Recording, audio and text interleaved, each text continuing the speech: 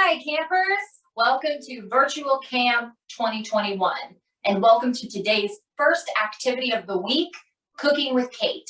I'm Cate and I'm so happy to be your hostess for today, and our theme for Cooking with Cate this year is a night in Italy. So buongiorno and let's get started. The first thing we're going to open up with today is our signature cocktail, or mocktail, if you will. So I'm choosing to start out with our signature mocktail first because I want to go ahead and get that chilling so that when we're ready to sit down and dine together, our drink has already been chilled, the flavors have been married together, and we have a nice, cool, crisp, refreshing drink to go along with our delicious spaghetti and meatballs dinner. So let's go ahead and dive right in. Now, you'll see on your ingredients list that I've put cran grape juice, but please feel free to use any juice that you prefer, you like, you would rather use, or just whatever you have in the fridge. We're choosing to go with cran grape.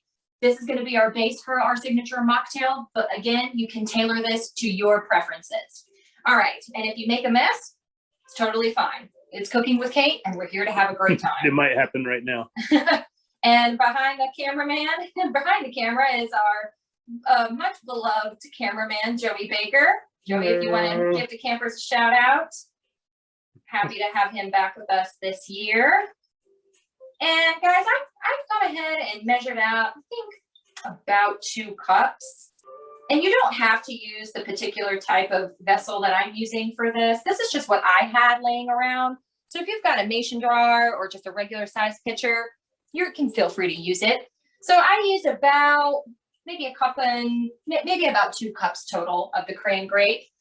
Next is I'm going to go ahead with our Simply Orange juice, and I've listed in the ingredients that it's a splash, and I'm going to leave it up to you for you to determine how much a splash is.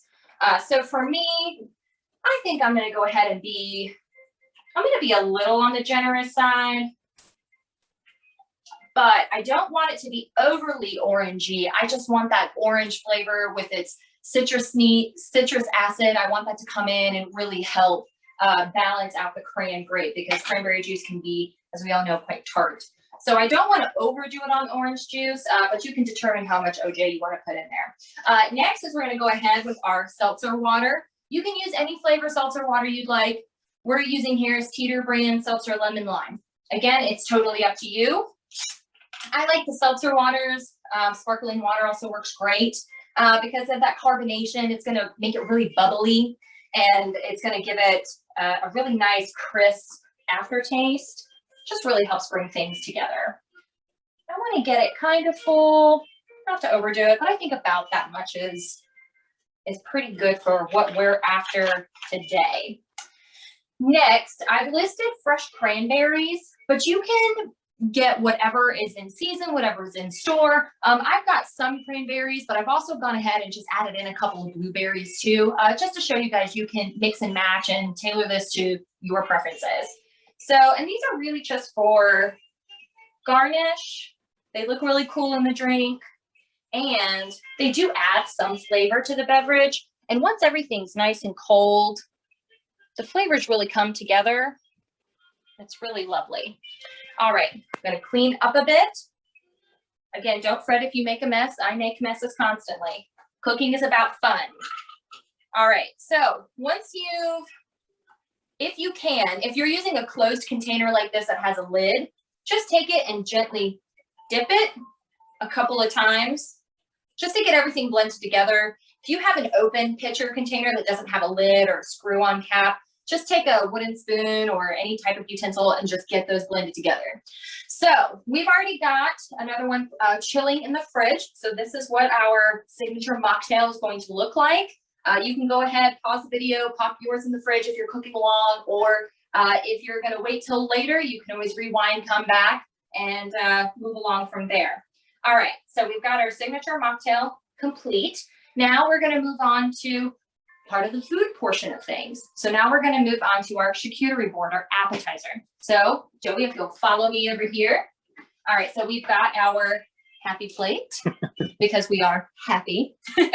All right, so we've got our Italian salami. Again, a night in Italy. We're really trying to bring in some of those Italian Italian bits, and I thought Italian salami would be really nice to go with this. Again, you can use whatever you would like, whatever you're able to find or get your hands on. It's totally acceptable. All right, so the way that I like to do a charcuterie board is I tend to start with my fruit first. This doesn't really matter, but it's just how I like to do things. So we're going to take our bunch of purple grapes. Again, any fruit's totally fine. And I like to just kind of arrange it like so. I kind of put charcuterie boards at angles. Angles really seem to work really well. Maybe put a little space in between. And then I'm going to come in with my cheese next. And I'm going to kind of fill in some of these little gaps. And, you know, it's just, food can be artful. Food can be, and per usual, our cameraman is also our in-house taste tester. Quality control. And how is that quality, sir? Fabulous. Well, we've got a thumbs up from the pro. You heard it, guys. And I'm going to kind of bring the cheese around here a bit. And again, I mean, there's really no rhyme or reason to this, but, you know, food is beautiful. Food is, you know, it's great to eat, but it's also, it's good to play with too. So we've got our grapes, we've got our cheese. Now I'm going to come in with our Italian salami, and I'm going to come on the other side, and I'm just going to kind of do, if you can see here, I'm going to kind of just do a very nice little layering. Again, we're just playing around with food. That's the great thing about charcuterie boards. Who says you can't play with food? We're going to do that. And then we're going to come in with our crackers on this side and tuck in our little piece of cheese there. And we're going to kind of do this little fan shape. Layer there. Maybe we come on the other side. We tuck in here. Kind of tuck it in with our salami. They're good friends, crackers and salami. Beautiful combination. And then we come in like so. Again, very simple, very easy.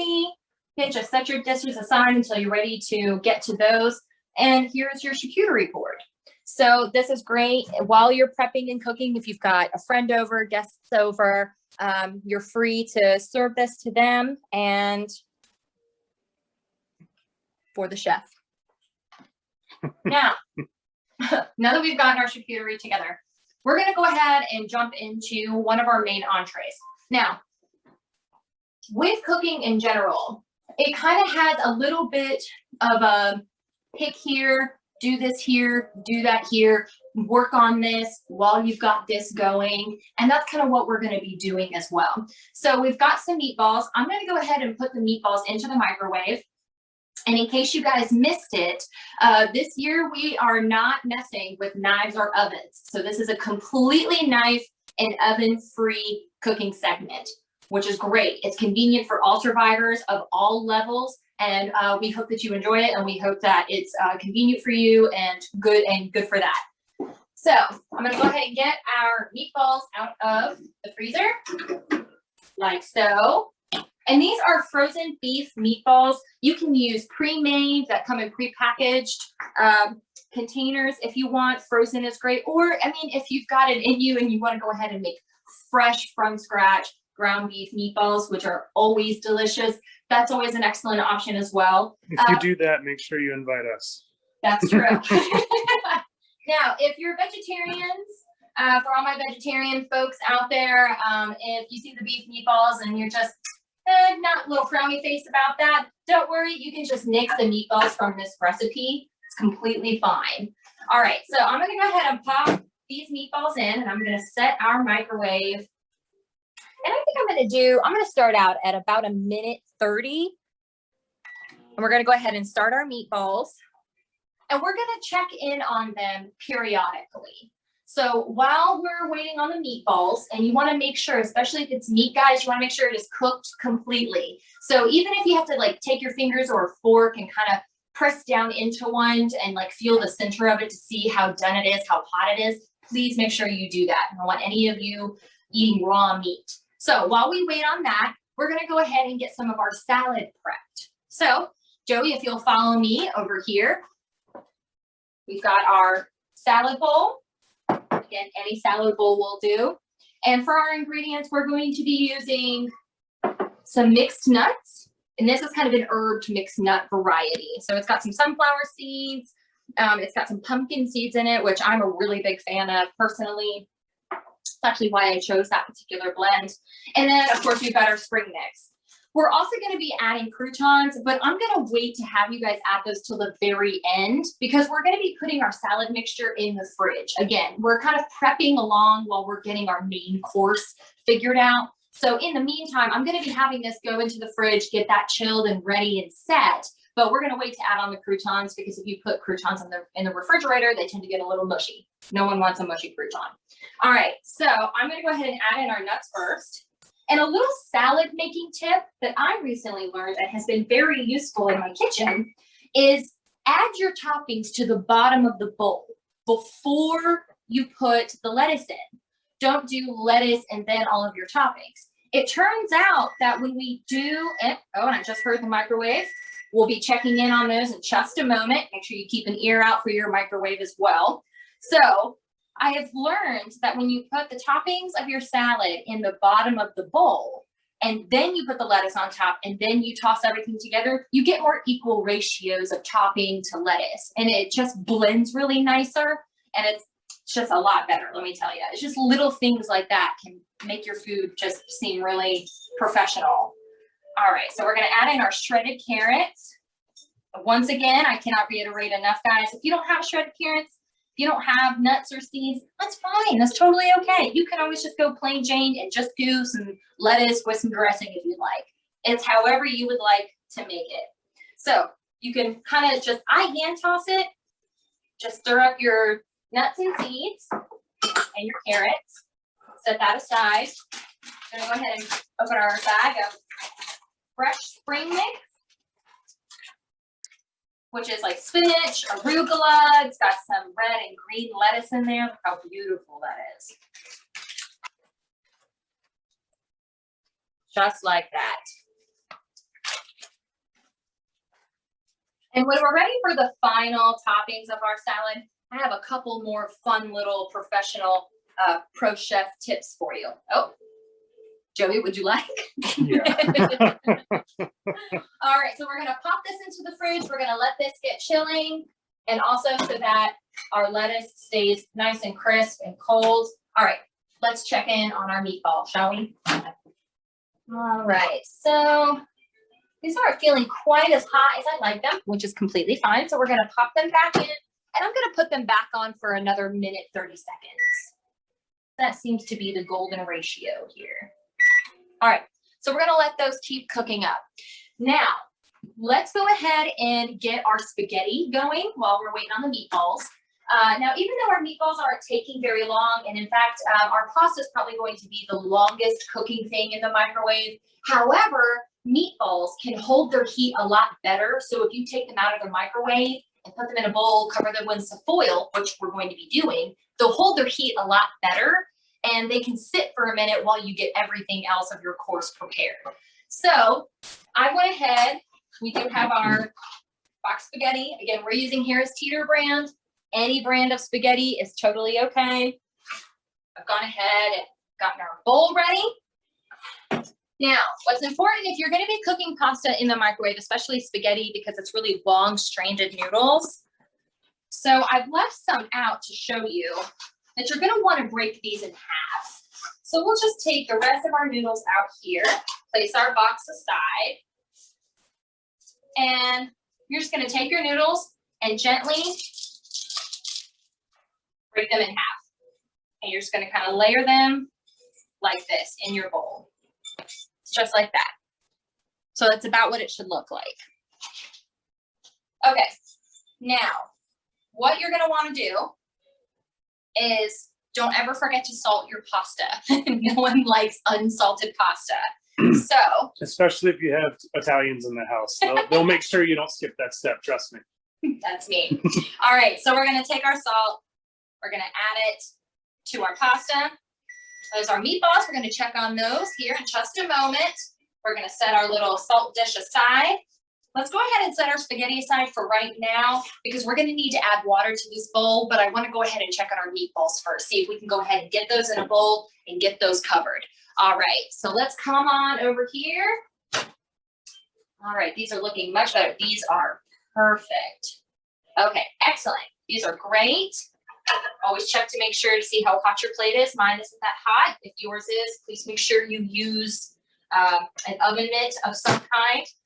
I've gone ahead and pre-ripped some foil, but if you're cooking along with me, you can pause this video at any time, rewind, go forward, whatever works for your pace. So if I'm moving a little too quickly as you're actively watching it, just feel free to pause and catch up. So I'm gonna go ahead and cover our meatballs with some foil.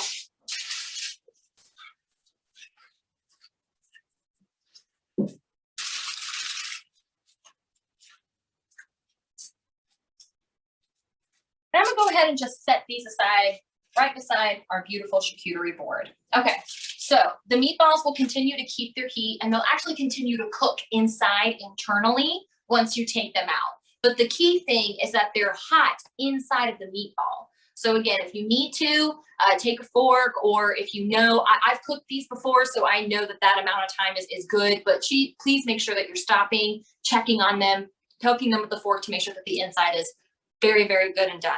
All right, meatballs are gonna set aside. Let's go ahead and let's go ahead and get our sauce going, actually.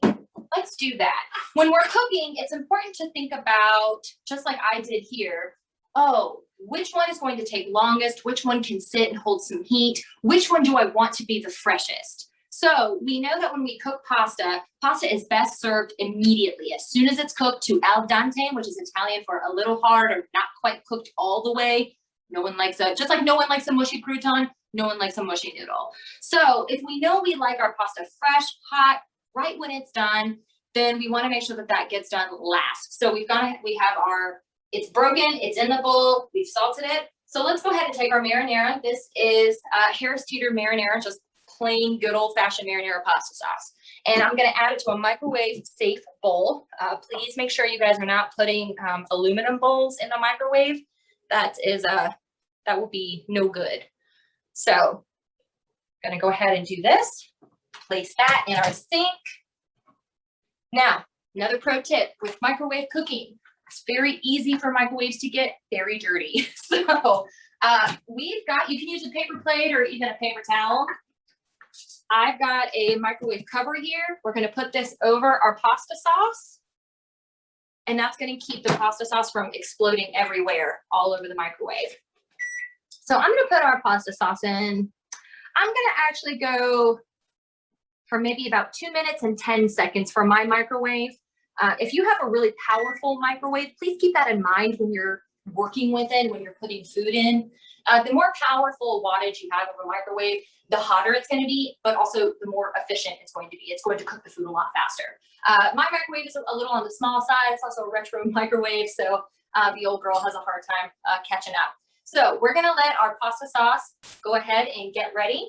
And in the meantime, let's go ahead and finish getting our salad together. All right.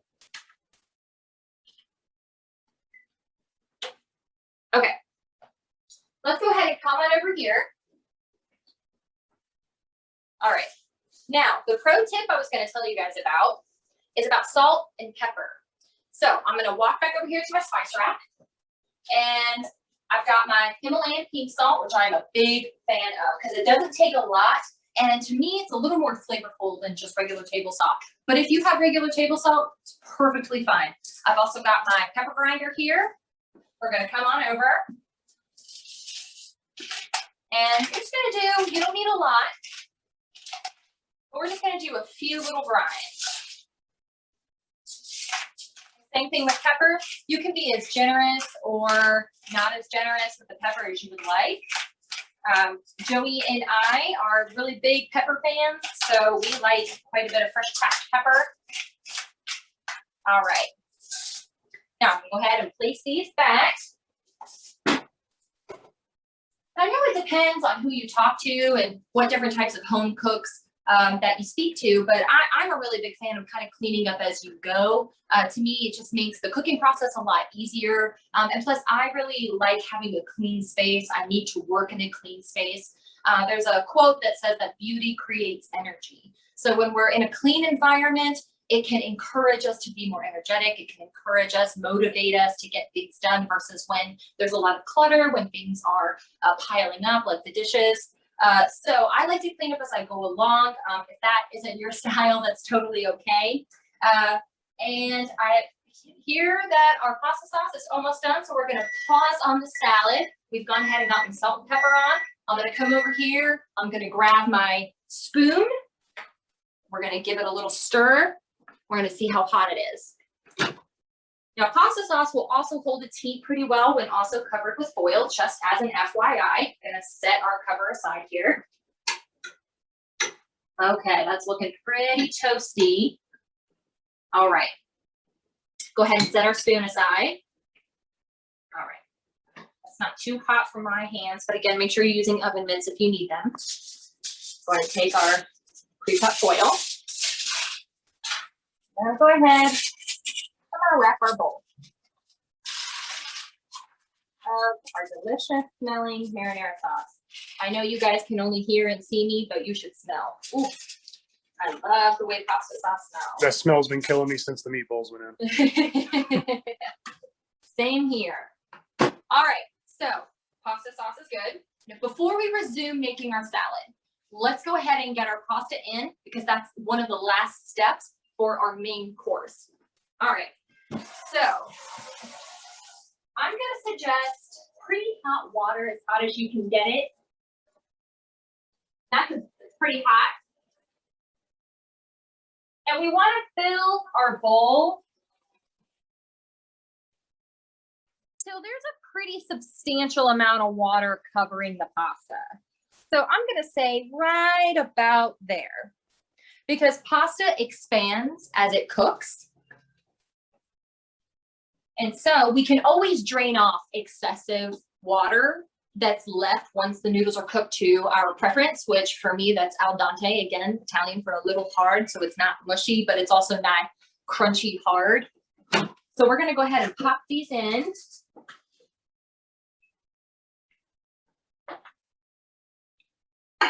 Perfect.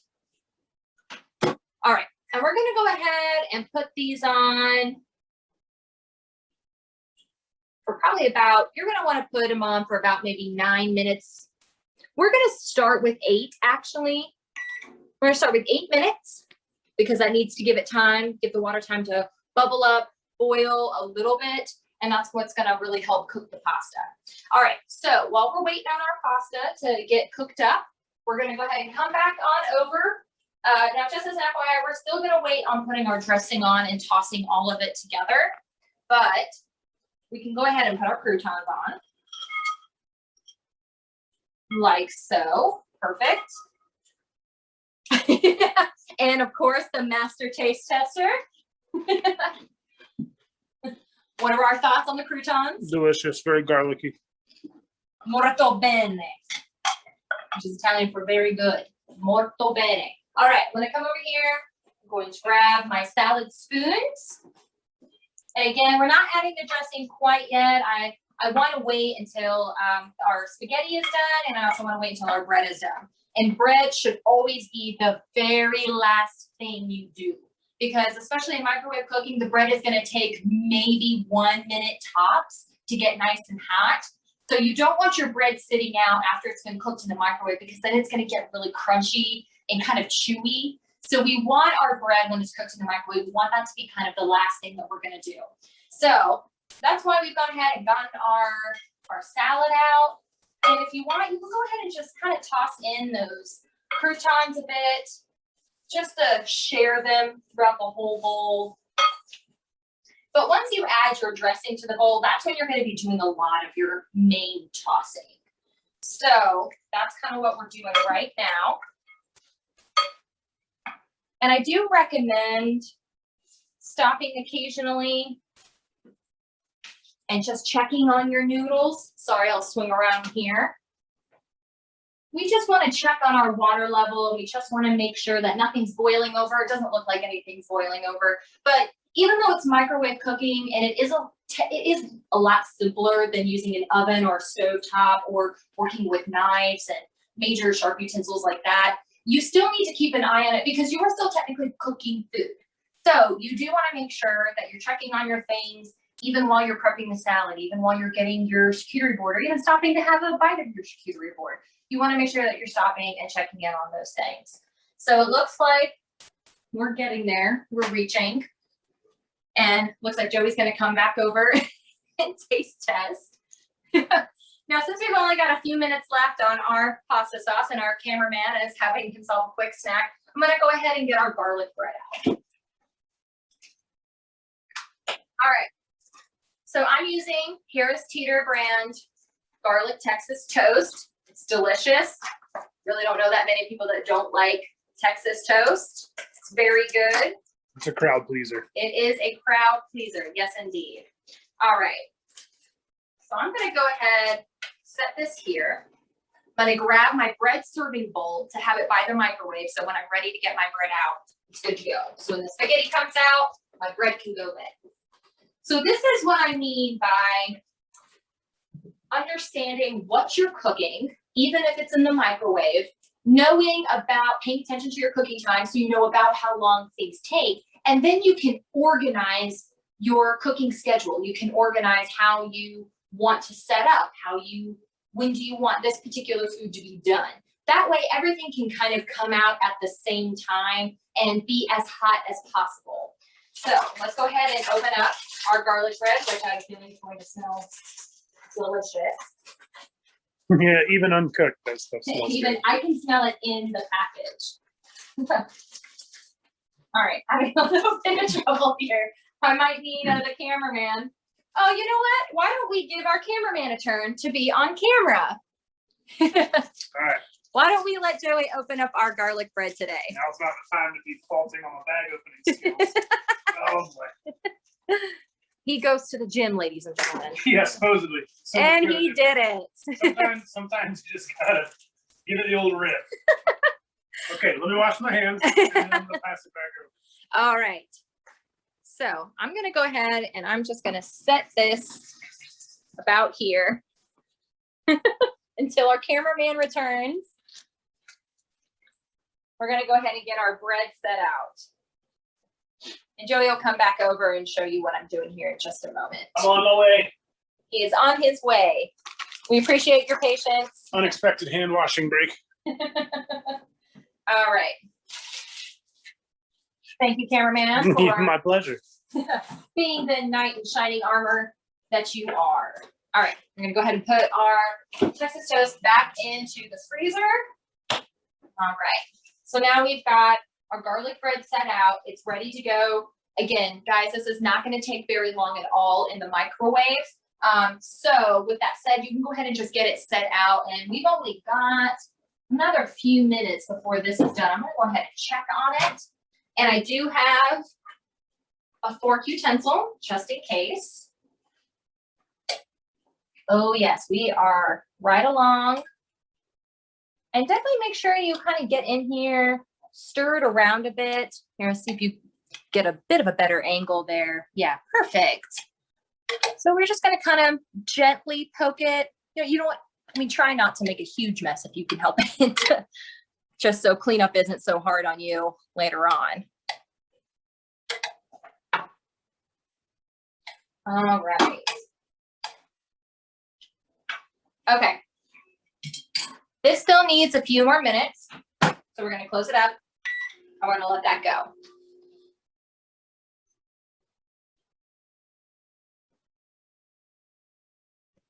Cool.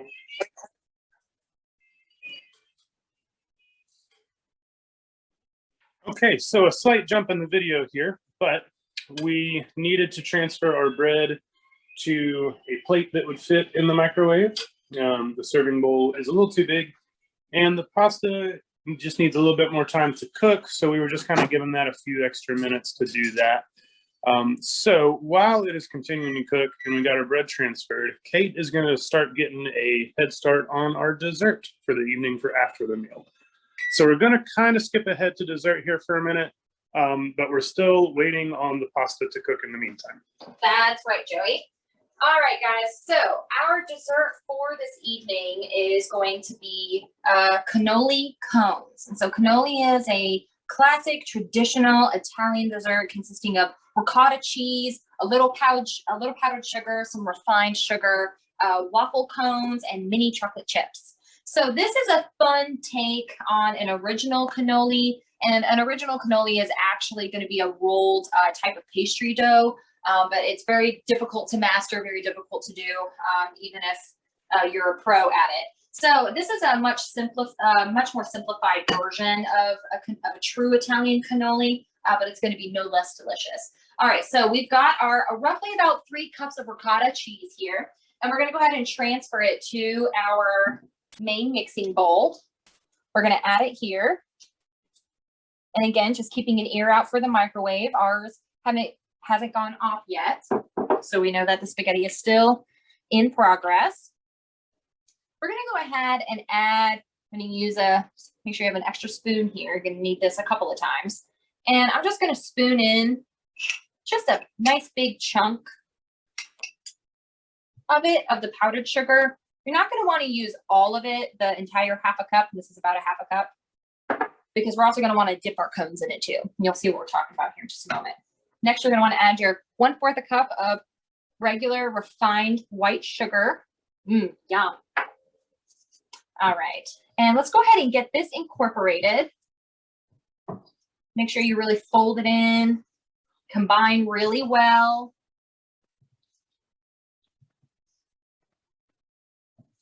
That's some fine stirring technique. Just gently folding in. All right, now I'm going to choose to add in just a decent handful of the mini chocolate chips. Maybe like a spoonful and a half. And of course, our taste tester, I'll join you. Delicioso. All right, so we're going to keep folding in. And you do want to have some reserve of your mini chocolate chips, because just like the powdered sugar, we are going to be dipping our cones, which is going to be quite tasty. All right, so now that this is good and incorporated, and I feel like I folded in all of my ingredients, I'm going to tap off the excess. I'm going to set this aside. And we're going to go ahead and just pop this into the fridge just for a few minutes while we get the rest of our spaghetti ready. Pop it in, and we shut. Let's go ahead and check on our noodles. Okay, everything's looking really good. I think we are pretty much there. Yeah, I think that's going to be quite good. All right, now I've gotten out my oven mitts because I know that this bowl has been in here for just about 12 minutes now total, and don't want to burn my hands. So I'm just going to kind of gently come in here and grab it. Going to bring it out. There we go. And I have a little better access to the noodles. You can kind of see what I mean, where they're holding their shape really nicely, which means that they're about al dente, and they're going to continue to cook just for a little bit. So they're really going to get to that perfect texture. And these are looking very good. Now, as you can see, we do have some excess water, which is fine. We would rather have extra water than we would have not having enough. So let's set our oven mitts here. I'm going to continue just to stir for just a second. You can use any utensil here, but I've found that using a big fork or even just a regular dinner fork works really well when you're cooking pasta in the microwave. It's just kind of perfect. It really helps get everything kind of cooked into the water. A big fork is great because you got to get in with the muscle and really move that stuff around. Little tiny forks don't work. I've learned that the hard way when I didn't know what I was doing. That is correct. All right. So now that I've gotten that pretty well incorporated, now we need to strain our pasta. So if you have a colander, that is a must for draining your pasta. Gently tip it in. Again, guys, even though it's microwave cooking, you're still cooking. Things are still going to be hot. So you're going to want to take necessary precautions. I give my noodles just a little shake. And speaking of pasta, I'll take this moment to share with you guys another little pro cooking tip. And that is that a lot of people will cool their noodles down with cold water or iced water. And it's true that that stops the cooking process. It stops the noodles from cooking. But what it also does, when you rinse them in cold water or soak them in cold water, you're actually removing all of the starch that gets cooked out of the noodle and gets into the water itself. When you drain it, you're draining off some of the excess water and some of the excess starch, but there's still a lot of starch left on the noodles. And that's actually what helps your pasta sauce cling to the noodle, is that starch. So a little chemistry lesson for you, but cooking is chemistry. All right, so we're gonna go ahead and transfer our noodles. My bowl's cooled down here. So now we've got well-drained noodles. We're gonna go ahead and add them in. Now you have a couple of options here. So we're gonna go ahead and bring, actually do wanna put my oven mitts back on. Safety first. Always safety first.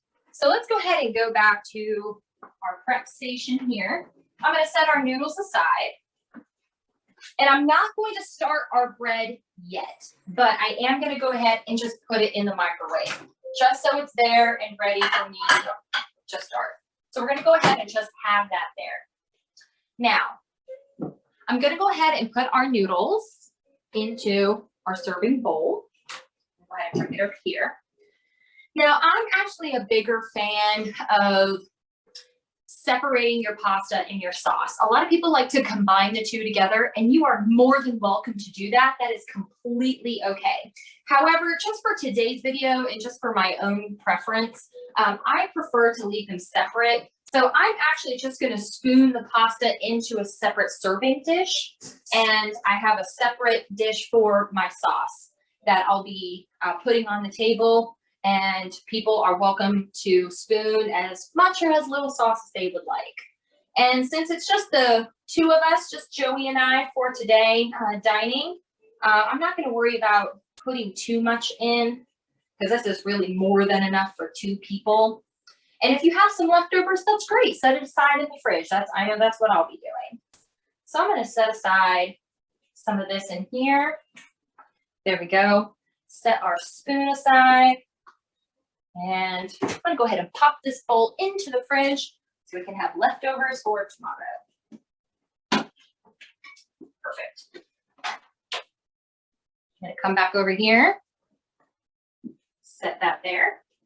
Now, let's go ahead and return to dessert. Yum. So, our mixture has been cooling for just a few minutes, which is perfect. So, let's come back on over here. All right, now here comes the fun part for dessert. So you have a couple of options to do this.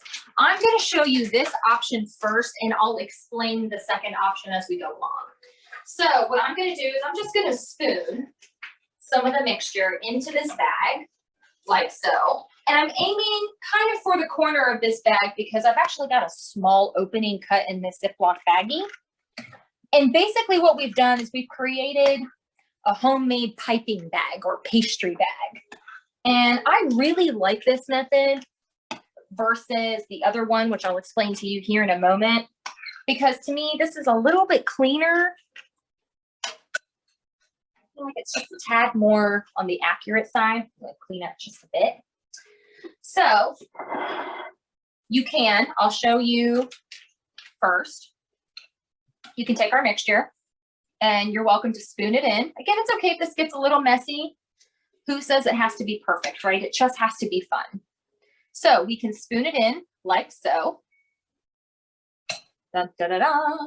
And then we can take our powdered sugar, maybe place it on your plate. Powdered sugar is one of those things that gets really messy. And I kind of like to tip mine in and see how we're just kind of getting a little dusting like that.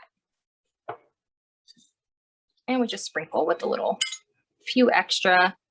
We kind of tap them in here. Voila. And again, it's okay if they spill out a bit.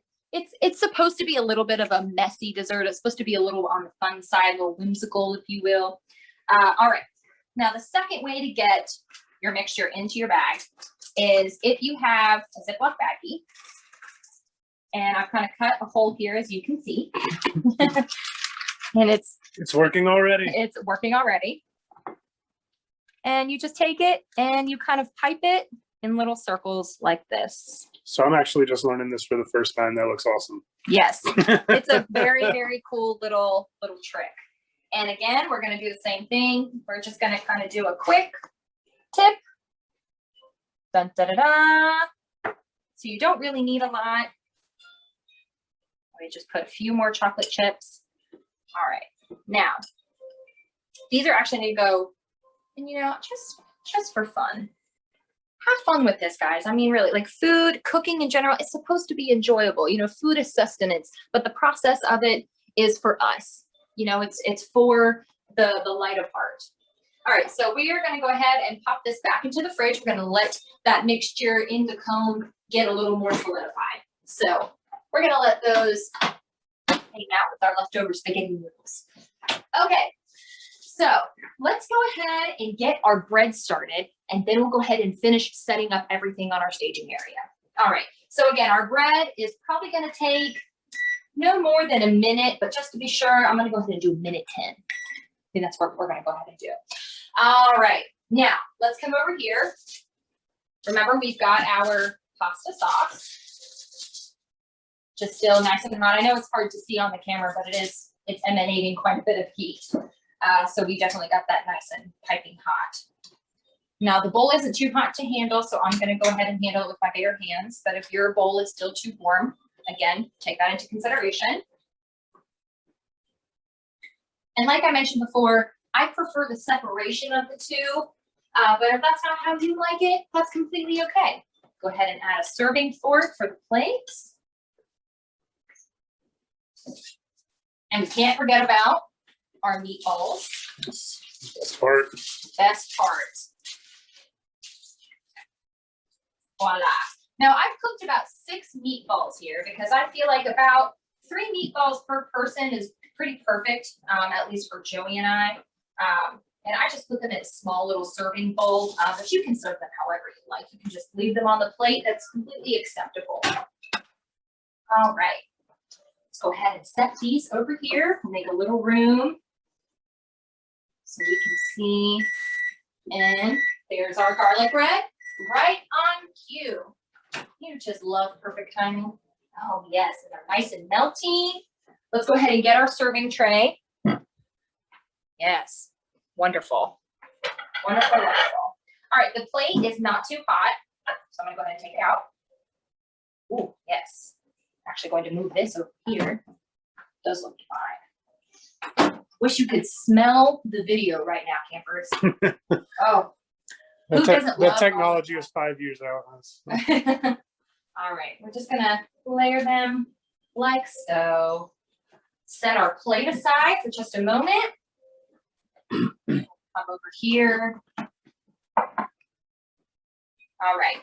Now, one of our last steps to completing our A Night in Italy dinner is we're going to finally add our dressing to our salad. And I've chosen Italian dressing because Italian, A Night in Italy. I thought it was very apropos, but you're free to use whatever dressing you would like. Balsamic, ranch, Thousand Island, totally up to you. Now, Joey and myself, actually, I'll speak for both of us. We prefer the dressing on the lighter side. But again, that's completely up to you as the cook, the chef. You can totally make that call. You like your greens really well dressed, add more dressing. Now, here comes the fun part. We're just gonna kind of slowly, nicely, just give everything a gentle toss. If you make a mess, it's okay. There's always soap and water at the end of the day. Your garden hose if you really get it. Or a garden hose if you really need it. Maybe for the microwave if you forgot to put a cover over the pasta sauce. which I've done a time or two. All right. So this looks pretty well incorporated to me. What do you think, Joey? Looks great. Awesome. All right. Don't forget to inquire about feedback from your audience, guys. Wonderful. All right. I think that looks divine. Okay. So we've gotten our salad nice and prepped, ready. Our bread is good and hot. All of this is good and hot. Our meatballs have held its heat really well. Let me go ahead and get our signature mocktail out that's been chilled. Voila. Nice and cold, going to be very refreshing. We're going to add this to our staging area. Perfect. And now that our dessert's had just a couple of minutes to chill, which is really all it needs, I'm going to go ahead and grab these out. Ooh, don't those look good? Mm-hmm. Yum. And if you can hear in the background, Joey and I are a big fan of jazz, especially on Italian nights like tonight. All right, so this pretty much wraps up our cooking segment for this year for A Night in Italy, Cooking with Cate. I'm Cate. It's been an absolute pleasure being your hostess for today. And please make sure you stay tuned for tomorrow with Karen Keating. You're going to be in the art studio creating some beautiful things. Please make sure you tune in at 11 a.m. and not just for tomorrow, which is Tuesday, but for the rest of the week as well. Please make sure you join us. Please make sure you come and interact. We are so happy to have you this year. We're so glad to at least be in contact with you. And we miss you all. We miss being in person. And we hope to see you soon. Again, this has been my pleasure. And I hope you've enjoyed it. Bon appetit. Until next time, happy camp. Mwah.